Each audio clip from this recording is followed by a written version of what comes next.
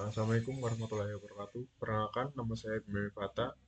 Saya dari Teknik Mesin Angkatan 2025 dengan NIM 210505125140227.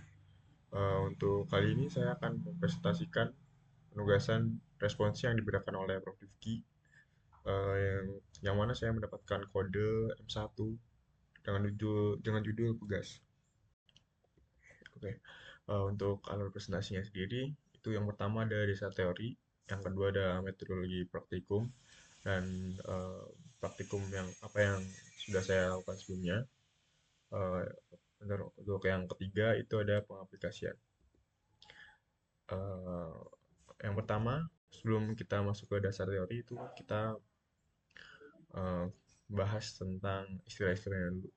Untuk yang pertama itu definisi elastisitas. Elastisitas itu kemampuan suatu material kembali ke bentuk dan ukuran semula setelah gaya eksternal dihilangkan. Jadi kalau suatu gas itu diberikan gaya eksternal dan ditarik dan dihilangkan, dia masih bisa balik ke ukuran dan bentuk semula. Itu dimana dinamakan sifat reversible dan itu bisa kembali ke bentuk awal. Namun batas ini, eh, namun elastisitas ini ada batasnya. Itu ada titik krisisnya di mana material masih dapat kembali ke bentuk semula apabila diberi beban. Tapi gimana kalau kita melebihi batas itu? Itu akan terjadi deformasi plastis, di mana kondisi di mana material mengalami perubahan bentuk permanen ketika beban telah melewati batas elastisitasnya. Seperti itu. Untuk slide selanjutnya, ini persamaan yang dan hukum yang akan kita gunakan untuk penjelasan selanjutnya, yaitu ada hukum mana F sama dengan K kali delta X. Mana F ini kita akan menggunakan gaya berat ya, M kali G. Untuk K itu kali sendiri itu konstan gas, itu yang akan kita cari nantinya. Satu gas. Eh, untuk X-nya itu delta X itu pertemuan panjang pegas di sini. Untuk K sendiri itu K menunjukkan kalau K-nya besar itu menunjukkan kalau pegasnya semakin kaku. Kalau K-nya semakin kecil itu semakin lentur pegasnya. Nah, di sini kita bisa lihat di gambarnya untuk pegasnya di sini. Nah, ini pertambahan panjangnya delta X-nya. Sini tambahan beratnya. Kalau ini kita gunakan metode yang pembebanan ya. Kasih beban disangkutkan di sini, terus dikasih beban. Nah, kita lihat pertambahan panjangnya. Oke, selanjutnya itu praktikum yang saya lakukan kemarin. Sebelumnya itu dengan tujuan menentukan koefisien pegas seperti yang saya sudah katakan sebelumnya. Dengan alat yang digunakan itu yang pertama itu pegas sendiri, ini terlihat di sini. Nanti dikaitkan di sini, menggantung di sini. Selanjutnya ada statif. Statif ini yang biru ini sebagai penyangganya. Yang ketiga ada pemberat atau masanya. Nanti kita kan sudah dikaitkan di sini dan pemberatnya juga dikaitkan di sini. Selanjutnya ada kita membahas start dulu metode pertama, yang mana itu metode pertama itu metode pembebanan, yang mana kita menghitung X awal menghitung pertambahan panjang dari X-nya itu tadi, atau pertambahan panjang dari pegasnya setelah diberi pemberat. Yang selanjutnya ada stopwatch. Eh, untuk stopwatch ini kita gunakan untuk pada metode osilasi. Itu nanti menghitung getaran yang kita bahas juga nantinya. Nah, yang pertama itu pembebanan. Nah, di sini kita tahu dari hukum-hukum tadi kita dapatkan persamaan ini. K sama dengan mg per delta x. Nah, di mana nanti di sini kita udah tahu masanya, kita timbang dulu masanya dan kita kita sangkut kita kaitkan di sini masanya. Kita lihat delta x-nya kita dapatkan dan nantinya dapatkan koin satu bekasnya.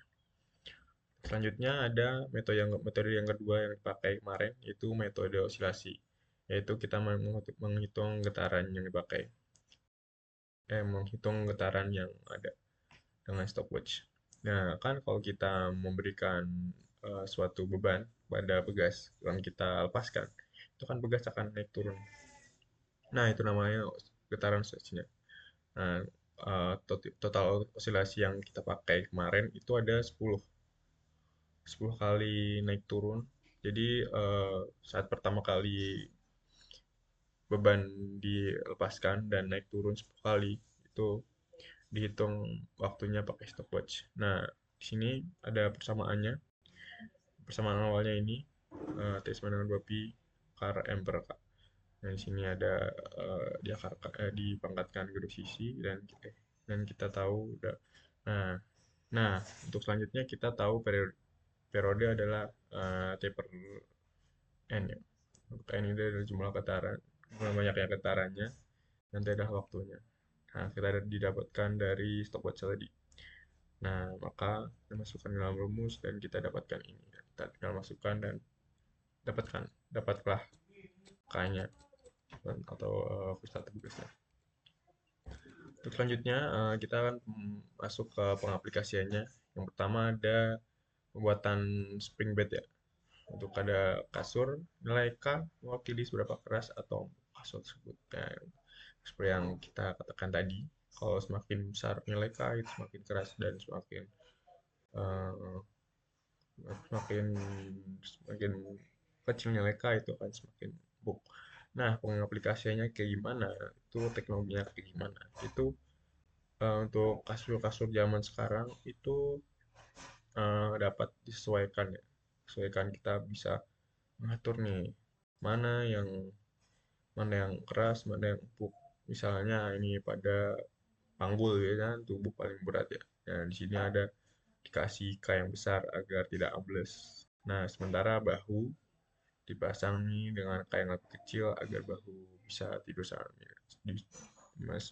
bahu bisa masuk saat tidur miring. Nah, di sini itu semua dengan tujuan agar menjaga agar tulang belakang tetap lurus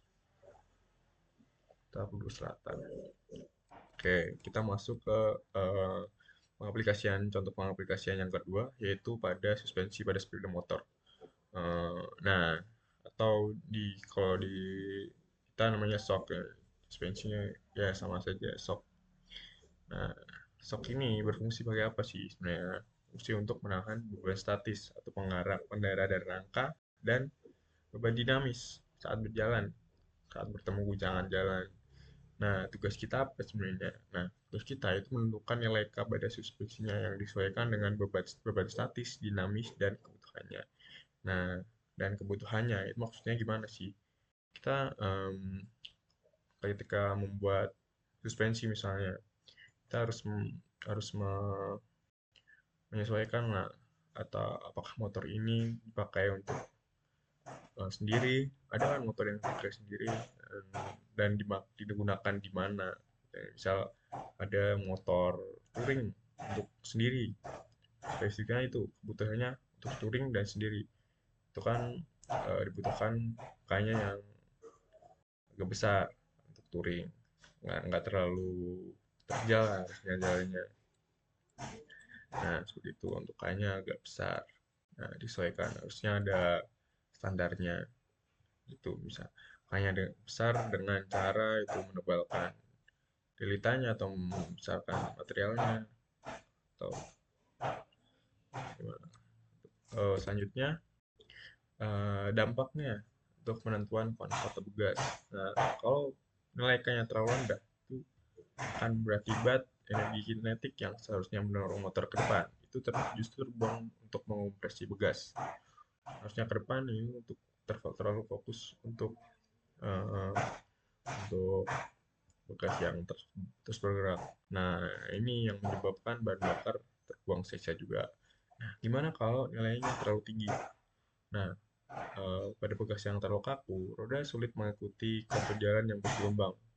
Roda akan kehilangan traksinya dengan aspal dan mengakibatkan putaran roda tidak efisien. Gimana sih maksudnya?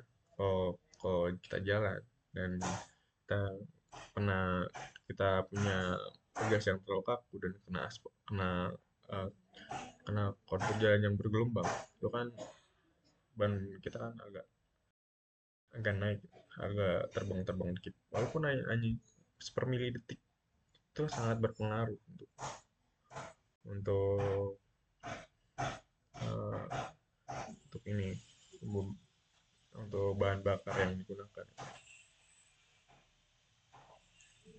Berpengaruh pada roda putaran roda dan menyebabkan bahan bakar terbuang sia seperti itu.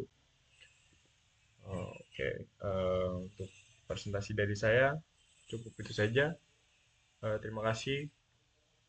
Assalamualaikum warahmatullahi wabarakatuh.